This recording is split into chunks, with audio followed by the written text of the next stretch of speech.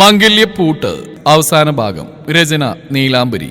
അവതരണം Shahul Malayil. Editing Faisal CM Noonjeri. ഉറക്കമില്ലാതെ കിടന്ന് എപ്പോഴോ കണ്ണടഞ്ഞു പോയതാണ് കാശിയുടെ. കണ്ണടഞ്ഞാൽ മുന്നിൽ തെളിയുന്ന സർവാഭരണ വിഭൂഷിതയായി ചുവന്ന പട്ടിൽ പൊതിഞ്ഞ പോലൊരു വിഗ്രഹം. തന്റെ ദേവയാനി, തന്റെ മാത്രം ദേവ.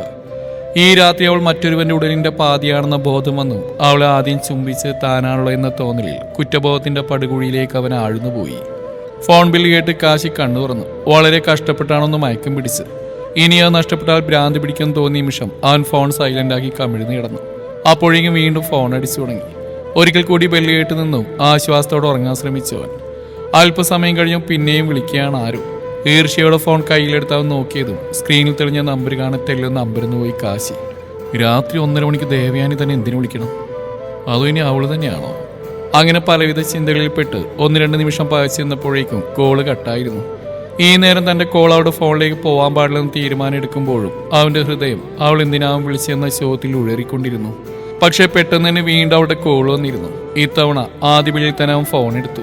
കാശിയേട്ടാ, എനിക്ക് പേടിയാവുന്നു കാശിയേട്ടാ. എന്നെ ഇയാൾ കൊല്ലും. ഒന്ന് വരൂ കാശിയേട്ടാ, ഞാൻ ബാത്റൂമില്ല. വരൂ കാശിയേട്ടാ, പേടിയാവുന്നു. അയ്യോ, അയാൾ ഡോറ് പൊളിക്കാൻ പോണ കാശിയേട്ടാ.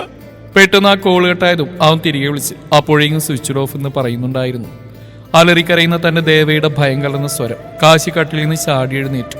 തന്റെ ഇടം കാട്ടി ഓടാൻ പറ്റാത്ത വിധം കാലിന് തളർച്ച ബാധിച്ച പോലെ പിടപ്പോടെ വേച്ച് സുകുമാരന്റെ വാതിൽ ആഞ്ഞുമുട്ടി കാശി. അയാളോട് കാര്യങ്ങൾ പറഞ്ഞു തുടങ്ങുമ്പോൾ കാശി തന്റെ മനസ്സിനെ സ്വയം നിയന്ത്രണത്തിൽ എത്തിച്ചിരുന്നു.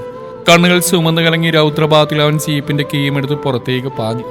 അന്നാമയും സുകുമാരനും ഫോൺ എടുത്ത് ദേവയാനിയുടെ വീട്ടിൽ വിളിക്കുമ്പോൾ അവിടെ ഏതാണ്ട് അറിഞ്ഞ ഭാവം തന്നെയായിരുന്നു. 10 മിനിറ്റ് കൊണ്ട് കാശി അരുണിന്റെ വീട്ടിലെത്തി. വലിയൊരു ബംഗ്ലാവായിരുന്നു അത്. കൈയെടുക്കാതെ ജീപ്പിന്റെ ഹോൺ മുഴക്കുമ്പോൾ സെക്യൂരിറ്റി ഓടി വന്ന് ഗേറ്റ് തുറന്നെടുത്തു. ചീറിപ്പാഞ്ഞു വന്ന ജീപ്പ് വീണ്ടും മുമ്പിലായി നിർത്തിയിട്ട ശേഷം ഡോർബെൽ മുഴക്കി അവൻ. അല്പനേരം കഴിഞ്ഞതും അരുണിന്റെ അമ്മ വന്ന് വാതിൽ തുറന്നു. വല്ലാത്തൊരു പരിഭ്രമം അവരുടെ മുഖത്ത് പ്രകടമായിരുന്നു. അവർക്ക് പുറകിലായി ബന്ധുക്കൾ എന്ന് തോന്നുന്ന വിധത്തിലുള്ള സ്ത്രീകൾ പലരും ഉണ്ടായിരുന്നു. എല്ലാവരുടെ മുഖത്തും അതേ പരിഭ്രമം കലർന്ന ഭാവമാണ്. കാശി എന്തെങ്കിലും ചോദിക്കും മുമ്പ് തന്നെ അവർ ഭയത്തോടെ സ്റ്റെയറിലേക്ക് വിരൽ ചൂണ്ടിക്കാട്ടി. ഒന്നിടവിട്ട് സ്റ്റെപ്പുകൾ ഓടിക്കയറി കുറെ മുറികളുള്ള ഹാളിൽ എത്തിപ്പെടുമ്പോൾ ആദ്യമൊന്ന് പകച്ചെങ്കിലും എന്തോ വീണുടയുന്ന പോലെ ഒരു ശബ്ദം കേട്ട മുറിയുടെ വാതിൽ ലക്ഷ്യമാക്കി കാശി ഓടി. വാതിൽ പൊളിക്കുമാർ അടിച്ചുകൊണ്ട് അവൻ അലറി വിളിച്ചു, ദേവാ ദേവാ. തെല്ലൊരു നിശബ്ദ മുറിക്കുള്ളിൽ നിന്നുണ്ടായി. ആരോ കാത് കൂർപ്പിക്കും പോലെ. അല്പം കഴിഞ്ഞ് തരുൺ വാതിൽ തുറന്നു. അവന്റെ കണ്ണുകൾ ചുമന്ന് കലങ്ങിയിട്ടുണ്ട്. മുടിയാകെ ഉലഞ്ഞ പോലെ. അഴിഞ്ഞു തുടങ്ങിയ മുണ്ടെടുക്കുമ്പോൾ അവൻ നിലയിറക്കാതെ ആടുന്നുണ്ട്. ആ കാശിയോ? എന്താ കാശി ഈ നേരത്ത്? എന്തെങ്കിലും എമർജൻസി? ദേവയാനിയുടെ വീട്ടിലെല്ലാവർക്കും സുഖമല്ലേ? നാവുഴഞ്ഞുള്ള ചോദ്യം. ദേവ എവിടെ? ഉറപ്പോടെ തന്നെ കാശി ചോദിച്ചു. ദേവ അവളോ? അവള് ബാത്റൂമില. ഒന്ന് ഫ്രഷ് ആവാൻ കയറിയതാ. ഇന്ന് ഞങ്ങളുടെ ഫസ്റ്റ് നൈറ്റ് ആയിരുന്നു. എന്താ കാശി ഒന്നും അറിയാത്തത്? അറപ്പുളവാക്കുന്ന ഭാവത്തിൽ അരുൺ പറയുമ്പോൾ ഒറ്റത്തളിനവന്റെ പുറകിലേക്കാക്കി കാശി അകത്തേക്ക് പാഞ്ഞു കയറി. നിലത്തായി നീണ്ടു നിവർന്നു കിടക്കുന്ന ഒരു നേരിയത് സാരിയിൽ കാശിയുടെ മിഴികൾ ഉടക്കി തറഞ്ഞു നിന്നു. ഒപ്പം കെട്ടുപൊട്ടിയ മുല്ലപ്പൂമാലയും ആഭരണങ്ങളും അവക്കിടയിൽ സിറിഞ്ചും മറ്റും അങ്ങിങ്ങായി ചിതറിക്കിടക്കുന്നു. ദേവാ, കാശിയുടെ മോളെ വിളിച്ചു കഴിഞ്ഞില്ല. ബാത്റൂം ഡോർ തുറന്ന് പാഞ്ഞു വന്നാൽ കാശിയുടെ നെഞ്ചിലേക്ക് ഇടിച്ചു കയറി അവനെ ചുറ്റി വരിഞ്ഞു. കാശിയേട്ടാ, ഇയാള് ശരിയല്ല. ഇയാളെന്തോ കയ്യിൽ കുത്തിവെച്ച്. ഇയാൾ ഡ്രഗ് അഡിക്റ്റാ. എന്നെ ഉപദ്രവിക്കാൻ നോക്കി. എനിക്ക് പേടിയാവുന്നു കാശിയേട്ടാ. എന്നോട് കൊണ്ടുപോ കാശിയേട്ടാ. ഏങ്ങളടിച്ച് പറയുകയാണ് അവൾ.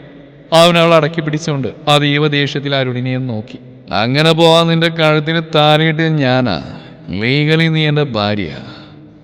ഇവന്റെ കൂടെ നീ പോയാ ആദ്യ രാത്രി ഭർത്താവിനെ ഉപേക്ഷിച്ച് കാമുകന്റെ കൂടെ ഇറങ്ങിപ്പോയെന്ന് ഞാൻ എല്ലാവരോടും പറയും.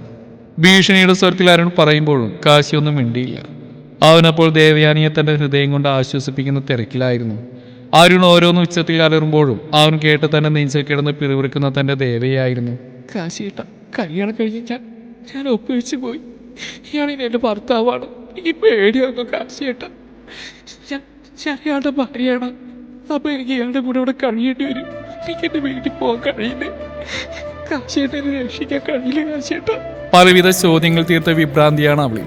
വിവാഹ മണ്ഡപത്തിൽ അവർ നൽകിയ രജിസ്റ്ററിൽ സൈൻ ചെയ്താണ് അവൾ വിളിച്ചു പറയുന്നതെന്ന് അവന് മനസ്സിലായി. അവന്റെ ചുണ്ടിലൊരു ചിരിമിന്നി.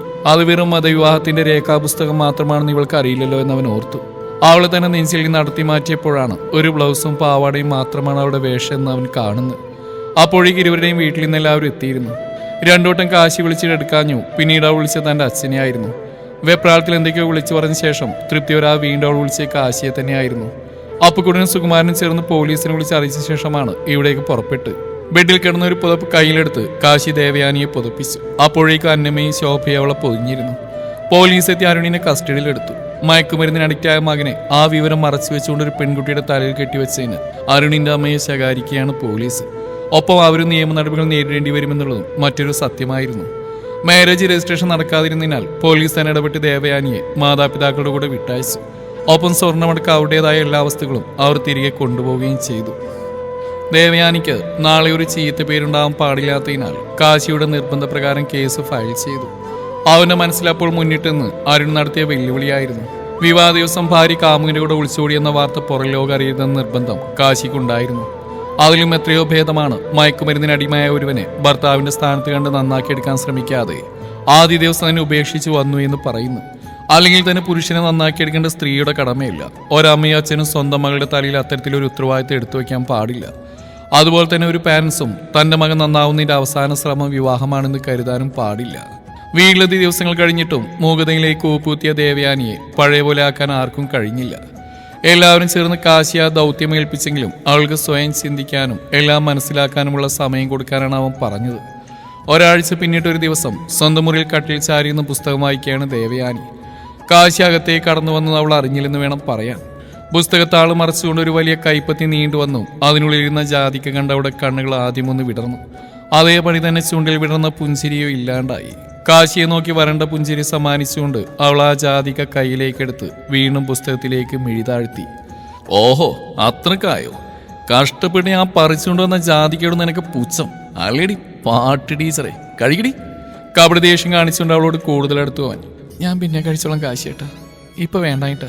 കാശിയേട്ടാ എവിടെ പോയതാ? ഇവിടേക്ക് വന്നാണോ? പഴയ ആശ്ചര്യമോ കൊഞ്ചലോ ഒന്നും ആ സ്വരത്തിലില്ലായിരുന്നു.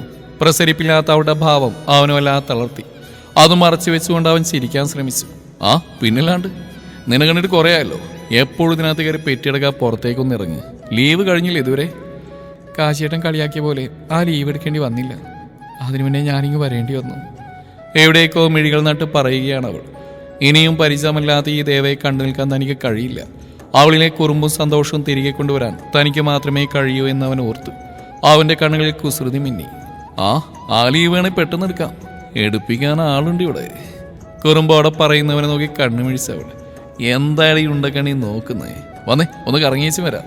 നിന്നെക്കാത്ത അമ്മച്ചി വീട്ടിലിരിക്കാൻ തുടങ്ങിയിട്ട് നാൾ കുറയായി. ഇന്നും കൂടി നിന്നെ കൂട്ടിയേച്ച് എന്നില്ലെങ്കിലേ എന്നെ അടുപ്പ് വെച്ച് കൊളുത്തും. അവളുടെ കയ്യിൽ പിടിച്ച് വലിച്ച് അവനോട് അടുപ്പിച്ചു കാശി. കട്ടിലിൽ മുട്ടുമടക്കിയിരുന്നവൾ അതേപടി അവന്റെ ദേഹത്തേക്ക് അമർന്നുപോയി. ഞാൻ പിന്നീടൊക്കെ വരാം കാശിയേട്ടാ. എനിക്ക് എന്തോ പോലെ ആൾക്കാരൊക്കെ എന്നെ കുറിച്ച് എന്താ പറയാന്ന് അറിയില്ല കാശിയേട്ടാ. എൻ്റെ കാതിൽ വേണ്ടാത്ത പോലും കേട്ടാ പിന്നെ ഞാൻ ജീവിച്ചിരിക്കില്ല. പറഞ്ഞത് അവളുടെ കണ്ണു നിറഞ്ഞു. പെട്ടെന്ന് അവൻ അവളുടെ മുഖം ഇരു കൈയാൽ കോരിയെടുത്തു. ആദ്യമൊന്ന് പകച്ചെങ്കിലും അവന്റെ കൈ പിടിച്ചു മാറ്റാതെ ആ കണ്ണുകളിലേക്ക് നോക്കിയിരുന്നവൾ. കാശിയേട്ടാ, ഞാനില്ലേ പെണ്ണ് നിനക്ക്? എല്ലാം ഈ കാശിയേട്ടൻ നോക്കിക്കൊള്ളാം. ഈ ഞാനുള്ളപ്പോ നിന്നെ നോക്കി ആരെന്തു പറയാനാ? പതിഞ്ഞ സ്വരത്തിൽ അവൻ പറയുമ്പോൾ എന്തോ ഒരു ഉൾപ്രേരണയിൽ അവൾ അവന്റെ നെഞ്ചിലേക്ക് പറ്റിച്ചേർന്നു. പെട്ടെന്ന് മുറിയിലേക്ക് കയറി വന്ന അപ്പുക്കുട്ടനെ ഈ കാഴ്ച കണ്ടതും വന്ന സ്പീഡിൽ പുറത്തേക്ക് പാഞ്ഞു.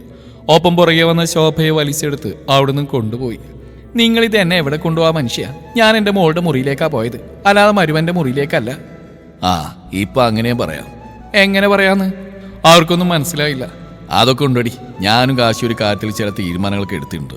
നോക്കട്ടെ ഏതുവരെ പോവെന്ന്. ഒന്നും മനസ്സിലാവാതെ അവരയാളെ നോക്കി. കണ്ണുമിഴിച്ച് നിൽക്കുമ്പോഴാണ് മുറിയിൽ നിന്നും കാശിയുടെ കയ്യിൽ തൂങ്ങിയിറങ്ങി വരുന്ന ദേവയാനിയെ കാണുന്നത്. ഇരുവരെയും നോക്കി ചെറുപുഞ്ചേരി സമ്മാനിച്ചുകൊണ്ട് അവന്റെ കൂടെ പോകുമ്പോൾ കാശി അപ്പുക്കുട്ടിനെ നോക്കി കണ്ണി ചെമ്മി ചിരിച്ചു. അവന്റെ ഒപ്പം ബുള്ളറ്റിലിരിക്കുമ്പോൾ ചുരിദാർ ഷോൾ തലയിലൂടെ ചുറ്റി മുഖം മറച്ചുകൊണ്ട് ഇരു സൈഡിലുമായി കാൽ കടത്തി അവന്റെ മുതുകിന്റെ മറപറ്റിയാണ് അവൾ ഇരുന്നത്. ജംഗ്ഷൻ എത്താറായതും അവൾ അവന്റെ ഉടലോട് കൂടുതൽ പറ്റിച്ചേർന്നു. ആ സമയം തന്നെ അവൻ വണ്ടി സൈഡാക്കി. അതെ, ഞാൻ മനഃപൂർവ്വം ഹെൽമെറ്റ് പോലും എടുക്കാത്തത്. കാരണം അത് നിനക്ക് കൂടുതൽ അനുഗ്രഹമെന്ന് എനിക്കറിയാം.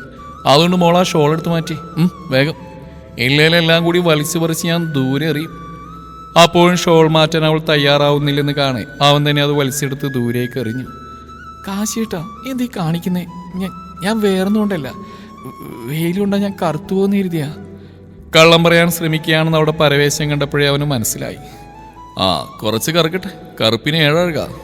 ആ കറുപ്പിനെ 7 അഴക്, അല്ലാതെ കരുവാളിപ്പിനല്ല. ഷോൾ എടുത്ത കാശിയേട്ടാ.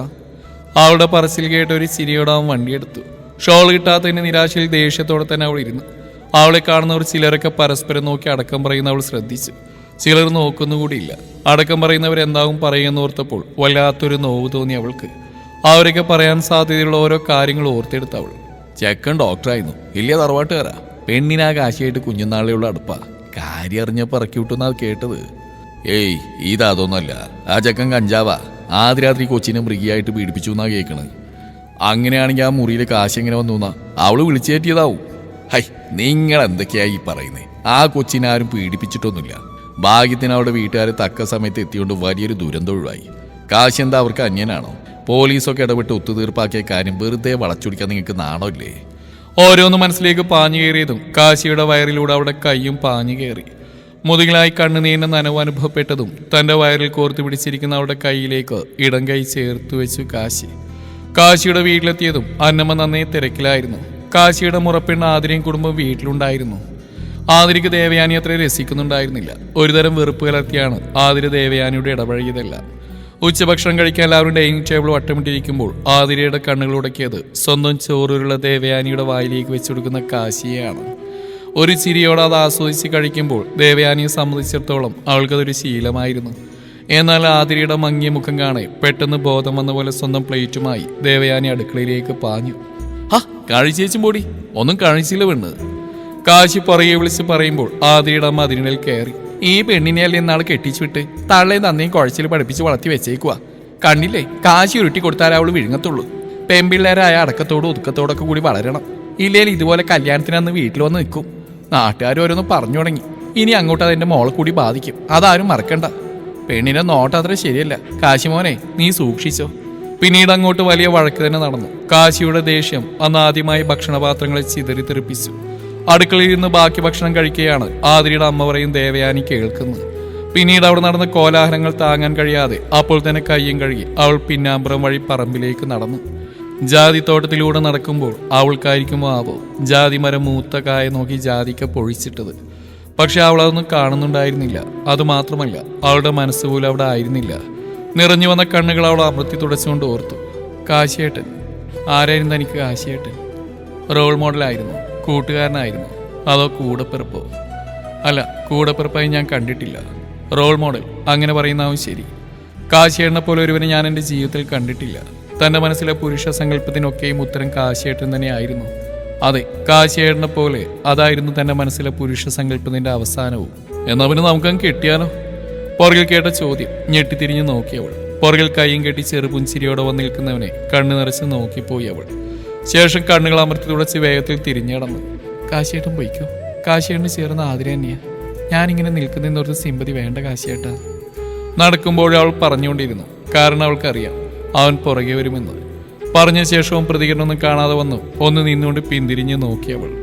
പുറകിൽ അവനെ കാണാഞ്ഞു തെളിയൊരു സംശയത്തോടെ മുന്നിലേക്ക് നോക്കിയതും തൊട്ടു മുന്നിൽ വന്നു നിൽക്കുകയാണ് കാശി. കയ്യിലൊരു ജാതിക്കയും കടിച്ചിരുന്നുകൊണ്ട് ചെറുപുഞ്ചിരിയോടെ നോക്കി കണ്ണു ചിമ്മുന്നവനെ കൂർപ്പിച്ച് നോക്കി അവൾ മാറി നടന്നു. ആ പോയിക്കോ, ജംഗ്ഷനിലൂടെ വേണം നടന്നു പോവാൻ. എന്റെ പേര് പറഞ്ഞ് ഇനിയും കേൾക്കും ചിലപ്പോൾ കളിയാക്കല്. മറക്കാനൊരു ഷോൾ പോലെന്ന് ഓർമ്മ വേണം. ചോദിക്കുന്നവരോട് ഞാൻ പറഞ്ഞോളാം. കാശിയേട്ടൻ എൻ്റെ സഹോദരനായിരുന്നു എന്നും നിങ്ങളുടെ വിവാഹം ഉടനെ കാണുന്നു. ഇനിയൊരു വിവാഹബന്ധം വന്നാൽ ഞാനത് സമ്മതിക്കാൻ പോവാ. എനിക്ക് കാശിയേട്ടൻ ചേരില്ല. എനിക്കങ്ങനെ കാണാൻ കഴിയില്ല. ഓഹോ, അപ്പൊ നിനക്ക് എന്നെ പറ്റില്ലല്ലേ? പുറകിൽ നിന്ന് അവൻ ചോദിച്ചു. പറ്റില്ല. ആതിരയുടെ പ്രണയ കാശിയേട്ടൻ. ഞാൻ അവളെ ചതിച്ച ഡോക്ടർ അരുണും ഞാൻ തമ്മിൽ പിന്നെ എന്ത് വ്യത്യാസമുള്ളത്? പറഞ്ഞുകൊണ്ട് തന്നെ അവൾ വേഗത്തിൽ തന്നെ നടന്നു പോകുന്നു നോക്കി അവനും അങ്ങനെ തന്നെ നിന്നു. ആ ഒറ്റക്കുള്ള നടത്ത അവൾക്ക് വല്ലാത്തൊരു ധൈര്യം പകർന്നു. അടുത്ത ദിവസം തന്നെ അവൾ സ്കൂളിൽ പോയി തുടങ്ങി. വൈകാതെ അവൾ പഴയ ലൈഫിലേക്ക് തിരികെ വന്നു. വീട്ടുകാർ തമ്മിൽ ബന്ധമുണ്ടായിരുന്നെങ്കിലും കാശി അവളെ കാണാൻ വരാതെയായി. അത് അവളിൽ അസ്വസ്ഥത ഉണ്ടാക്കിയെങ്കിലും കാശിയുടെ നല്ല ഭാവി ഓർത്ത് അവൾ സ്വയം ആശ്വസിച്ചു.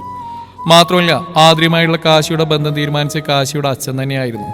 താൻ കാരണം അവരുടെ സന്തോഷത്തിൽ വിള്ളൽ വീഴാൻ പാടില്ലെന്ന് അവൾക്ക് നിർബന്ധമുണ്ടായിരുന്നു. ഒരു ദിവസം രാവിലെ തിടുക്കപ്പെട്ട് സ്കൂളിലേക്ക് പോകാൻ തയ്യാറെടുക്കുകയായിരുന്നു ദേവയാനി. എടി ശോഭേ, നിന്നോട് അന്നാമോലും പറഞ്ഞായിരുന്നു കാശിയെ കുറിച്ചോ മറ്റോ? അപ്പുകുടൻ ശോഭയോട് ചോദിക്കുകയാണ്. കാശി എന്നിട്ടതും ബാഗ് തൂക്കി പുറത്തേക്ക് ഇറങ്ങാൻ തുടങ്ങിയവൾ പരിങ്ങിക്കൊണ്ട് അവിടെ തന്നെ നിന്നു. ആ പറഞ്ഞു. പോയത് പോട്ടെ, അവന് വേറെ നല്ല ബന്ധം കിട്ടും. അല്ലെങ്കിലും കാശിയെ പോലെ ചെക്കനെ ഭർത്താവായിട്ട് കിട്ടണ ഈ പുണ്യം ചെയ്യണം. അവൾക്ക് യോഗമില്ല, അതേ ഞാൻ പറയൂ. ആരുടെ കാര്യം അമ്മ പറയുന്നേ? ചോദിക്കാതിരിക്കാൻ കഴിഞ്ഞില്ല അവൾക്ക്. ആ ആതിരപ്പെണ്ണിന്റെ കാര്യം ഞാൻ പറയുന്നത്. കല്യാണം ഏതാണ്ട് ഉറപ്പിച്ചപ്പോഴാണ് അവൾ പറയുന്നത് അവൾക്ക് കല്യാണ ശേഷം കാശിയുടെ വീട്ടിൽ വന്ന് നിൽക്കാൻ താല്പര്യമില്ലെന്ന്. കാശി അവളുടെ കൂടെ പോയി അവൾ താമസിക്കുന്നിടത്ത് താമസിക്കണമെന്നും മാറിയും തിരിഞ്ഞൊക്കെ അവിടെ ഇവിടെ ആയിട്ട് നിൽക്കാന്ന് അന്നാമയും സുകുമാരേട്ടനും പറഞ്ഞതാ. പെണ്ണിന് ഈ വീടും പരിസരവും പിടിച്ചില്ല പോലും. സിറ്റിയിൽ ഒരു ഫ്ലാറ്റ് എടുത്ത് മാറാന്ന് അവൾ പറഞ്ഞു. അപ്പൊ കാശി പറഞ്ഞു ഫ്ലാറ്റിൽ താമസിപ്പിക്കാൻ വേറെ ബന്ധം അന്വേഷിക്കാൻ. ഇപ്പോഴേ അറിഞ്ഞത് നന്നായി. അതുകൊണ്ട് നല്ലൊരു തീരുമാനം എടുക്കാൻ കഴിഞ്ഞില്ലെന്നൊരു സമാധാനിക്കുക അവര്. പക്ഷെ അന്നാമക്ക് വാശി കയറി. അവളാരാ മോള്? കാശിമോന് വേറെ നല്ല ബന്ധം ആലോചിക്കുക അവള്. ആതിരയേക്കാൾ പഠിപ്പും വിവരമുള്ള പെണ്ണ് വേണമെന്നാ അന്നമ്മയുടെ വാശി. നല്ലൊരു പെണ്ണിനെ അന്വേഷിക്കാമെന്ന് ഞാനും അവളോട് പറഞ്ഞു. കാശിയേട്ടൻ എന്ത് പറഞ്ഞു? അവനെന്ത് പറയാൻ, അവന് 100 വട്ടം സമ്മതം. ഉടനെ വേണമെന്ന് അവനും പറയുന്നു. പ്രായം 30 ആയില്ലയോ, അവനും കാണില്ലേ ഓരോ സ്വപ്നങ്ങള്. എല്ലാം കേട്ടൊരു യന്ത്രത്തെ പോലെ അവൾ നടന്നു. സ്കൂട്ടിൽ പോകുമ്പോൾ അത്രയും മറ്റെവിടെയോ ജനിച്ച ഏതോ ഒരു ഭാഗ്യവതി കാശിയുടെ കൈയും പിടിച്ച് കൊഞ്ചിക്കൊണ്ട് നടന്നു പോകുന്ന അവൾ ഓർത്തു. ജാതിത്തോട്ടത്തിന്റെ അടുത്തെത്തിയതും അവൾ വഴിയരികിൽ സ്കൂട്ടി പാർക്ക് ചെയ്തു. തോട്ടത്തിലൂടെ നടന്ന് പതിയെ കാശിയുടെ വീട് ലക്ഷ്യമാക്കി പടവുകൾ കയറി മുറ്റത്തേക്ക് ചെന്നു. ജീപ്പും ബുള്ളറ്റുമൊക്കെ അവിടെ തന്നെയുണ്ട്. ആളകത്തുണ്ടെന്ന് അവൾക്ക് മനസ്സിലായി. മുൻപൊരിക്കലും തോന്നാത്ത വിധ ഒരു ജാളിത തോന്നിയവൾക്ക്. ഒരു കാരണം കൂടാതെ സ്വൈരവിഹാരം നടത്തിക്കൊണ്ടിരിക്കുന്ന വീട്ടിൽ നിന്ന് കയറി ചെന്നതിന് എന്തെങ്കിലും കാരണം വേണമെന്ന് പോലും അവൾക്ക് തോന്നി. ഇത്രയൊക്കെ ചിന്തിച്ചു കൂട്ടാൻ തന്റെ മനസ്സിൽ എന്ത് കള്ളത്തരമാണ് ഒളിഞ്ഞിരിക്കുന്നതെന്ന് അവൾ സ്വയം ചോദിച്ചു പോയി. ഓർത്തുകൊണ്ടൊക്കെ നിൽക്കുമ്പോഴാണ് ഒരു കാറ്റടിച്ചത്. എന്തൊക്കെയോ പറന്നു പോകുന്നതിനോടൊപ്പം കണ്ണിലേക്ക് അടിച്ചേറിയ പൂഴിയിൽ അസ്വസ്ഥയോടെ അവൾ ഉറക്കെ വിളിച്ചു, അന്നാമച്ചി, ആ എന്റെ കണ്ണ്. കണ്ണിലേക്ക് പൊടിയും കയറി. അവൾക്ക് വേണ്ടിയിരുന്ന കാരണവും കിട്ടി. പെട്ടെന്ന് ആരോ മുഖത്തേക്ക് ഊതും പോലെ തോന്നി. ഒപ്പം തന്നെ കണ്ണുകൾ വലിച്ചുറക്കാൻ ശ്രമിക്കുന്നുണ്ട്. ആശ്വാസത്തിന്റെ പുഞ്ചിരിയോടെ എപ്പോഴത്തെയും പോലെ ആ വയറിന്റെ ഇരുവശങ്ങളുമായി അവൾ പിടിമുറുക്കി. എന്നാ പറ്റി ആനിമോളെ, കണ്ണിൽ പൊടി വീണോ? അന്നാമയുടെ ചോദ്യം കേട്ട് ഞെട്ടി കണ്ണു തുറന്നവൾ. ഒരു കുഞ്ഞു നിരാശ അവളുടെ മുഖത്ത് പ്രകടമായി. മുറ്റത്തെ പൈപ്പ് തുറന്ന് കണ്ണു മുഖമൊക്കെ കഴുകി അവൾ അന്നാമക്കൊപ്പം അകത്തേക്ക് കയറി. കാശിയിട്ടില്ലേ അന്നാമച്ചി? ആ, അവ മുകളിലെ മുറിയിലുണ്ട് മോളെ. കണക്ക് നോക്കുക. കല്യാണം അല്ല, ആതിരായിട്ടുള്ള കല്യാണം വേണ്ടാന്ന് വെച്ചു അമ്മ പറയണ കേട്ടു. നേരാണ് അന്നാമച്ചി? ആ നേരാ മോളെ. അവള് പോയാലെന്നാ, എൻ്റെ മോന് വേറെ 100 പെൺപിള്ളേരെ കിട്ടും. ബ്രോക്കർ കുറെ ഫോട്ടോ കൊണ്ടുവന്ന് കാട്ടി. അതിലൊരു കൊച്ചിനെ അവനെ ഇഷ്ടപ്പെടുകയും ചെയ്തു. അത് നല്ലൊരു അച്ചായത്തി പെൺകൊച്ച്. കാശിയുടെ അച്ഛൻ വേറെ മതായതൊന്നും അവർക്ക് പ്രശ്നമില്ല. ആ കുടുംബത്തിലും അങ്ങനെയൊക്കെ തന്നെയാ. അല്ലേലും ഇപ്പൊ ജാതിയും അതൊക്കെ ആരാ നോക്കുന്നേ? തികഞ്ഞ സന്തോഷമാണ് അവരുടെ മുഖത്ത്. കല്യാണം ഉടനെ ഉണ്ടാവും അന്നാമച്ചി? അവൻ ഇന്ന് ആ പെങ്കൊച്ചിനെ കാണാൻ പോയിരിക്കുക. ആ ദേ വന്നല്ലോ, നീ തന്നെ ചോദിക്കേ. അന്നാമ്മ നോക്കിയിടത്തേക്ക് അവളും നോക്കി. ഷർട്ടിന്റെ സ്ലീവ് മടക്കി വെച്ച് ഇറങ്ങി വരുന്ന കാശിയുടെ രൂപം ആദ്യമായി കാണുന്ന പോലെ അവൾ നോക്കി നിന്നുപോയി. അവളുടെ ആ നോട്ടത്തിൽ നിന്ന് അവൾക്ക് സ്വയം മനസ്സിലാക്കാൻ കഴിയുമായിരുന്നു കാശിയോട് തനിക്കുള്ള സമീപനം മറ്റൊരു തലത്തിലേക്ക് മാറിയിരിക്കുന്നു എന്ന്. ഇതുവരെ തോന്നാത്ത ഒരു ആകർഷണീയത ആ മുഖത്തോട് മാത്രമല്ല, ആ രൂപത്തോട് മൊത്തമായി തോന്നുന്നുണ്ട്.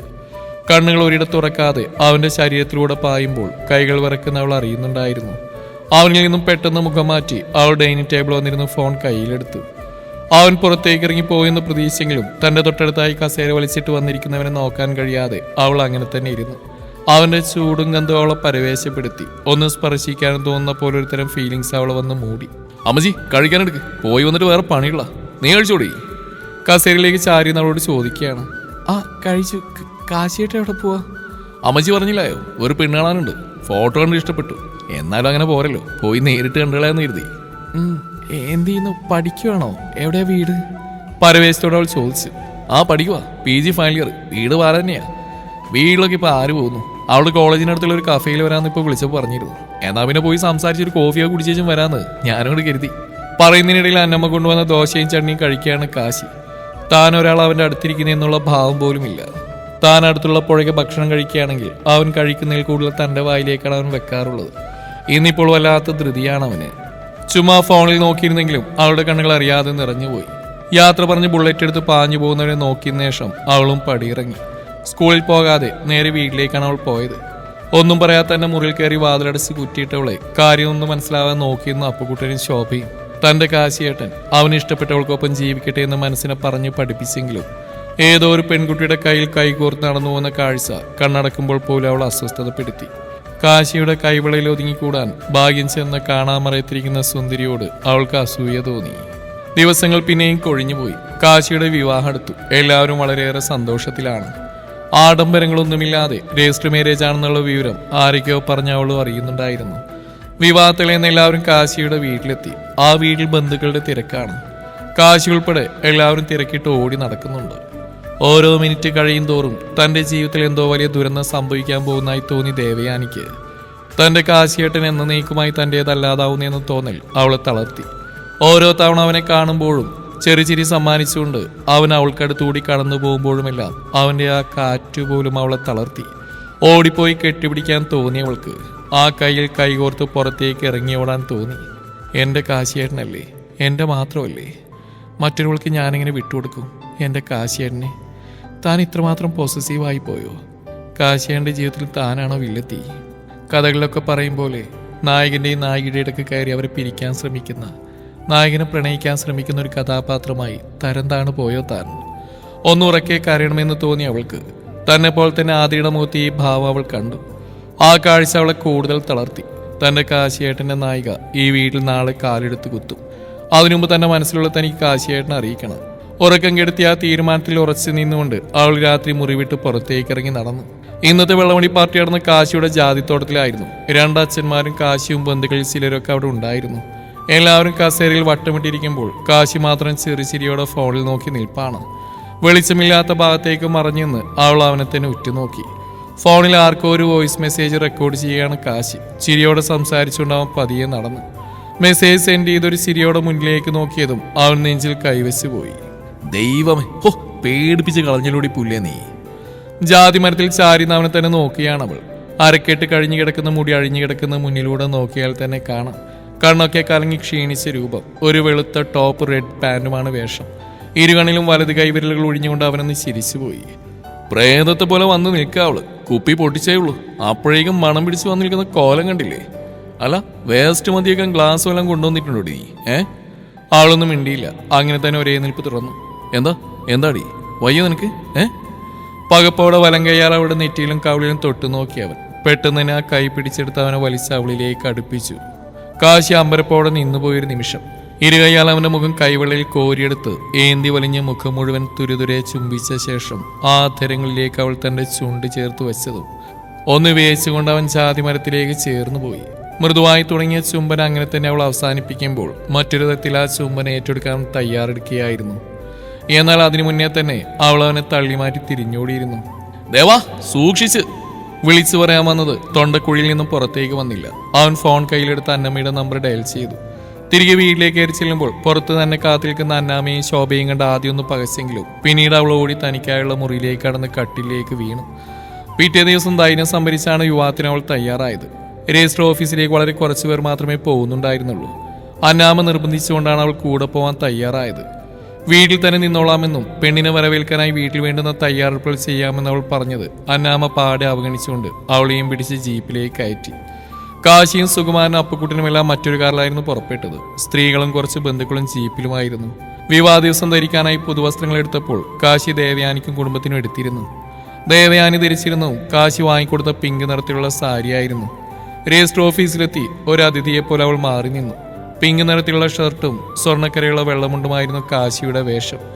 പെണ്ണിനെയും കുടുംബത്തെയും കാണാതെയായതും ദേവയാനിക്ക് എന്തോ പന്തികേട് തോന്നി. ഒപ്പം ഇടയ്ക്കിടയ്ക്ക് തന്നിൽ പാറി വീഴുന്ന കാശിയുടെ വഷളം നോട്ടവും അവളുടെ ഹൃദയം വേഗത്തിൽ മിടിക്കാൻ തുടങ്ങി. മഹാദേവ, ഇനി എനിക്ക് ഇവരെല്ലാം കൂടി ചേർന്ന് സർപ്രൈസ് തരാൻ പോവാണോ? ഈ ലോകത്തുള്ള കഥകൾ മുഴുവൻ വായിച്ച് എനിക്കിട്ട് ഇമാതിരി ക്ലീശ സർപ്രൈസ് ഒരുക്കിയത് ആരുടെ ഐഡിയ ആണാവോ? പെട്ടെന്ന് പുറത്തൊരു കാർ വന്ന് നിന്നു. അതിൽ നിന്നും അതിസുന്ദരിയായ ഒരു പെണ്ണും അവളുടെ ഫാമിലിയും പുറത്തേക്ക് ഇറങ്ങി. ഒരുങ്ങിച്ചമഞ്ഞൊരു വധുവിനെ പോലെ ഉണ്ടായിരുന്ന ആ വന്ന പെൺകുട്ടി. അതോടെ ദേവയാനിയുടെ ആവശ്യം കെട്ടടങ്ങി. എല്ലാം തന്റെ വ്യാമോഹങ്ങളായിരുന്നു എന്ന് അവൾ ഓർത്തുപോയി. അവസാന നിമിഷവും നല്ല നടക്കുന്ന ചിന്തിച്ച് ഞാനാ മണ്ടി. അവള് എന്റെ കാശിയേണ്ട പെണ്ണ് വന്നു. എനിക്കിനി ഇതൊന്നും കാണാനുള്ള ശക്തിയില്ല. തിരിഞ്ഞു നടക്കാനാഞ്ഞതും അന്നാമ അവൾ തടഞ്ഞു. ഇപ്പൊ തിരക്കിയിട്ട് മോളിത് എവിടെ പോവാ? വന്നേ, മോള് വേണം ഒപ്പിടാൻ. മഹാദേവ, കോളം മാറി വധുവിന്റെ സ്ഥാനത്ത് കയറി ഒപ്പിട്ടാലോ? എന്നിട്ട് മാറിപ്പോയി എന്ന് പറയാം. അവൾ മനസ്സിലോർത്തു. കാശി രജിസ്റ്റർ ഓഫീസർ കാണിച്ചു കൊടുത്തെടുത്ത് സൈൻ ചെയ്യുകയാണ്. പിന്നെ ആരൊക്കെയോ സൈൻ ചെയ്തു. അപ്പോഴും ദേവയാനിയുടെ കണ്ണുകൾ വാതിൽക്കൽ അല്പം മാറി നിൽക്കുന്ന സുന്ദരിയിൽ തന്നെ തറഞ്ഞു നിന്നു. ആനിമോളെ, എവിടെ നോക്കിക്കുക? വന്ന് ഒപ്പിട്ടേ. മഹാദേവ, ദൈവത്തെ വിളിച്ച് അവൾ ഒപ്പിട്ടു. ജീവിക്കട്ടെ, എൻ്റെ കാശിയേട്ടൻ സുഖമായിട്ട് ജീവിക്കട്ടെ. അവസാന നിമിഷവും പ്രതീക്ഷിച്ചു എന്തെങ്കിലും ഒരു മിറാക്കിൾ നടക്കുമെന്ന്. ഞാൻ കേട്ട കഥകളിലൊക്കെ, ഞാൻ വായിച്ച കഥകളിലൊക്കെ പെൺകുട്ടികളെ ഞെട്ടിക്കുന്ന ആ സർപ്രൈസ് എനിക്കായിട്ട് ആരും ഒരുക്കിയില്ല. ഒരു തുള്ളി കണ്ണുനീരടന്ന് എവിടെയോ പതിച്ചു. പെട്ടെന്നൊരു കൈ അവൾക്ക് നേരെ നീണ്ടുവന്നു. അവൻ ആ കൈയിലേക്ക് ഉറ്റുനോക്കി. ഓഫീസർ അവൾക്ക് നേരെ കൈ നീട്ടുകയാണ്. Happy married life. അയാൾ പുഞ്ചിരിയോടെ പറയുമ്പോൾ അവൾ യാന്ത്രികമായി ആ കൈയിലേക്ക് കൈ ചേർത്ത്. കാശിയെ അയാൾ വിഷ് ചെയ്തു. അപ്പോഴേക്കും ദേവയാനിയുടെ മുഖം വാതിൽക്കൽ അക്ഷമയോടെ നിൽക്കുന്ന ആ സുന്ദരിയിൽ തറഞ്ഞു നിന്നു. ശരിയാണ്, അവൾ മറ്റാരുടെയോ വധുവാകാൻ വന്ന് നിൽക്കുന്നവളാണ്. ഉള്ളിൽ പുതു സ്വപ്നങ്ങൾ നെയ്തെടുത്തുകൊണ്ട് നിൽക്കുന്ന ആ പെൺകുട്ടിയും അവൾ നോക്കി പുഞ്ചിരിച്ചു. വാതിൽ കടന്ന് പുറത്തേക്ക് ഇറങ്ങുമ്പോൾ അടുത്ത ഊഴം കാത്തുനിന്ന ആ കുടുംബം അവരുടെ അസുലഭ മുഹൂർത്തത്തിൽ ഒപ്പുവദിപ്പിക്കാൻ അവരെയും താണ്ടി അകത്തേക്ക് കടന്നിരുന്നു. തന്നെ നെഞ്ചോരം പൊതിഞ്ഞു പിടിച്ച് കാശിയേട്ടൻ തിരക്കിട്ട് സംസാരത്തിലാണ്. കാശിയേട്ടൻ മാത്രമല്ല, എല്ലാവരും വല്ലാത്ത തിരക്കിലാണ്. നടന്നത് സ്ഥിരം ക്ലീഷേ തന്നെയാണെങ്കിലും ഇപ്പോൾ കാണിക്കുന്ന കുറച്ച് വ്യത്യസ്തമല്ലേ? അവൾ കണ്ണുകൂർപ്പിച്ച് എല്ലാവരെയും നോക്കി. അതെ, എന്താ ഇവിടെ നടന്ന്? ഒന്ന് പറഞ്ഞുതരോ ആരെങ്കിലും? സായിയിട്ട് അവൾ ചോദിച്ചു പോയി. ശോഭ അവളെ നോക്കി പുച്ഛിച്ചു. ഒന്ന് പോ പെണ്ണെ, തമാശ പറയാണ്ട്. പെട്ടെന്ന് ആയിരവല്ലി ക്ഷേത്രത്തിലെത്തണം. അവിടെ വെച്ചാൽ താരി കെട്ട്. അത് കഴിഞ്ഞാവാം നിന്നെ തലയിൽ കയറ്റി വെക്കുന്നത്. അല്ലേ, പെണ്ണിനൊന്നും മനസ്സിലായിട്ടില്ല പോലും. ഇവരുടെ മനസ്സിലിരിപ്പോൾ ഞങ്ങളാരും അറിഞ്ഞിട്ടില്ലെന്നാ വിചാരം. നിന്നെ തൂക്കി വിറ്റ കാശ് ഞങ്ങളുടെയിലുണ്ട്. ഒന്ന് പോ പെണ്ണെ. എങ്കിലും ഒരു സർപ്രൈസ് തരായിരുന്നു. ദേവയാനി ആത്മകഥം പോലെ പറഞ്ഞതും കാശി അവളുടെ കാതോരം ചുണ്ടിയർത്ത് സ്വകാര്യം പോലെ പറഞ്ഞു. സർപ്രൈസ് രാത്രി എന്നാ മതിയോ? അവൾ നാണത്തോടെ മുഖം തിരിച്ചു. മഹാദേവന്റെ നടയിൽ താലിയാർത്തിയ ശേഷമാണ് എല്ലാവരും വീട്ടിലേക്ക് തിരിച്ചത്. നിലവിളക്ക് കൈമാറുമ്പോൾ കുരിശ് വരച്ച് കയറ്റാൻ അന്നമ്മ മറന്നില്ല. ആ പ്രവൃത്തി ചെയ്ത ശേഷം എല്ലാവരെയും നോക്കി സംതൃപ്തിയോടെ ചിരിച്ചു അവർ. മൂടിക്കെട്ടിയ മനസ്സുമായി വീട്ടിൽ നിന്ന് പടിയിറങ്ങിപ്പോയിട്ട് മണിക്കൂറുകളാവുന്നതേയുള്ളൂ. പൂനിലാവുദിച്ചതുപോലെ തന്നെ മനം തെളിഞ്ഞതോർത്ത് സന്തോഷിക്കാൻ പോലും മറന്നു അവൾ. ഒരുതരം അറിവിപ്പാണ്. നടന്നെല്ലാം സ്വപ്നം പോലെ തോന്നുന്നു. അച്ഛനും അമ്മയൊക്കെ മിഷൻ ദേവയാനി കഥ പലരോടും പറഞ്ഞ് പുളകം കൊള്ളുന്നുണ്ട്. പുറത്തെല്ലാവർക്കും സദ്യ വിളമ്പുന്ന തിരക്കിലാണ് കാശിയേട്ടൻ. വസ്ത്രം പോലും മാറാതെ മുണ്ടും മടക്കിയെടുത്തൊരു പപ്പടം കയ്യിൽ വെച്ച് കടിച്ചു നിന്നവനെ നോക്കി അവൾ പുഞ്ചിരിച്ചു. തൻ്റെ ഭർത്താവ്, എൻ്റെ കാശിയേട്ടൻ. ശരിയാണ്, മാതൃപിതൃവാത്സല്യവും സഹോദര സ്നേഹവും സൗഹൃദങ്ങളൊക്കെ പങ്കിടാൻ പറ്റുന്ന ഒന്നാണ്. പക്ഷേ സ്വന്തം ജീവിത പങ്കാളിയുടെ, തൻ്റെ ഭർത്താവിൻ്റെ സ്നേഹം അത് പങ്കിടാൻ ഒരു പെണ്ണിനും കഴിയില്ല. അത് അവളുടെ മാത്രം സ്വകാര്യ അഹങ്കാരമാണ്.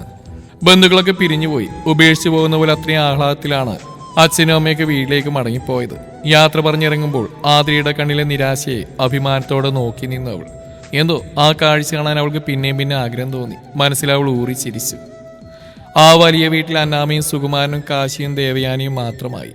മുകളിലെ കാശിയുടെ മുറിയിലേക്ക് പോകുമ്പോൾ അന്നാമ കൊടുത്തുവിട്ട ചുക്കുവെള്ളത്തിന്റെ ഗ്ലാസ്സിലേക്ക് അവളൊന്ന് നോക്കി. പാലൊക്കെ ഓൾഡ് ഫാഷനായോ? ഡോറിന് പുറത്തെത്തിയപ്പോൾ അവളൊന്ന് പുറകിലേക്ക് ചിന്തിച്ചു. മഹാദേവ, ആ ജാതിത്തോട്ടത്തിലെ ലിപ് ലോക്കിന് ഞാൻ സമാധാനം പറയേണ്ടി വരും, ഉറപ്പ്. കഥക് തുറന്ന് അകത്തേക്ക് കയറിയതും കണ്ടു കാശി എന്തോ കാര്യമായിട്ട് എഴുതുകയാണ്. ഓ, കണക്കപ്പിള്ളക്ക് എന്താ ആദ്യ രാത്രി? അവൾ നോക്കി ചിരിച്ചു. പേനടച്ചു വെച്ച് പുസ്തകവും അടക്കി ഒരു കള്ളച്ചിരിയോട് അടുത്തേക്ക് വരുന്നവനെ ഉമിനീരിറക്കി നോക്കിപ്പോയി ദേവയാനി. ആ ഗ്ലാസ് അവിടെ വെച്ചിരുവാ ദേവ, നമുക്കൊരിടം വരെ പോവാം. ഒന്നും ചോദിച്ചും പറഞ്ഞുമില്ല. പെട്ടെന്ന് ദേഹത്തേക്ക് പഴയ ബാധ കൂടിയ പോലെ അവന്റെ കയ്യിൽ തൂങ്ങി അവനൊപ്പം നടന്നു. മൊബൈൽ ഫ്ലാഷ് തെളിയിച്ച് കാശി അവളെയും കൊണ്ടുപോയത് ജാതിത്തോട്ടത്തിലേക്കായിരുന്നു. അവിടെ വലിയൊരു മരത്തിന്റെ മുകളിൽ ഏറുമാണം ചൂണ്ടിക്കാട്ടി അവൻ അവളോട് കയറാൻ പറഞ്ഞു. പേടിയുണ്ടെങ്കിലും കാശിയുള്ള ധൈര്യത്തിൽ അവൾ കയറി. നിലത്തായി ഭംഗിയിൽ വിരിച്ചിട്ടൊരു ബെഡ് മാത്രമാണ് അതിനുള്ളിൽ ഉണ്ടായിരുന്നത്. മരമുല്ലയുടെ സുഗന്ധവും മഞ്ഞിന്റെ തണുപ്പും രാവിന്റെ വെളിച്ചവും മാത്രമുള്ള ചെറിയ ഏറുമാടം. അവിടേക്ക് എത്തിയ ഉടനെ തന്നെ പുറകിലൂടെ തന്നെ പുണർന്നവനെ സ്വീകരിക്കാൻ അവളും തയ്യാറായി.